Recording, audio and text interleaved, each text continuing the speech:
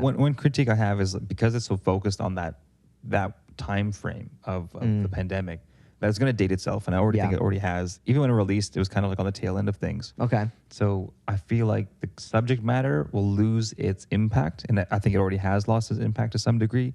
But it's nice to know that this was a record with a lot of intention and clarity. Like this is what it was meant to be. Yeah. It wasn't meant to be anything else, and it was going to stand on its own in this time. Yeah. It wasn't meant to be larger than what it was. So I can enjoy it for what it is, but even now it's like I have to make a conscious decision to revisit, knowing that it's from a different time. Right. Knowing it's not going to really resonate with what's happening today. Yeah. Yeah. No, I could see where you're coming from with that.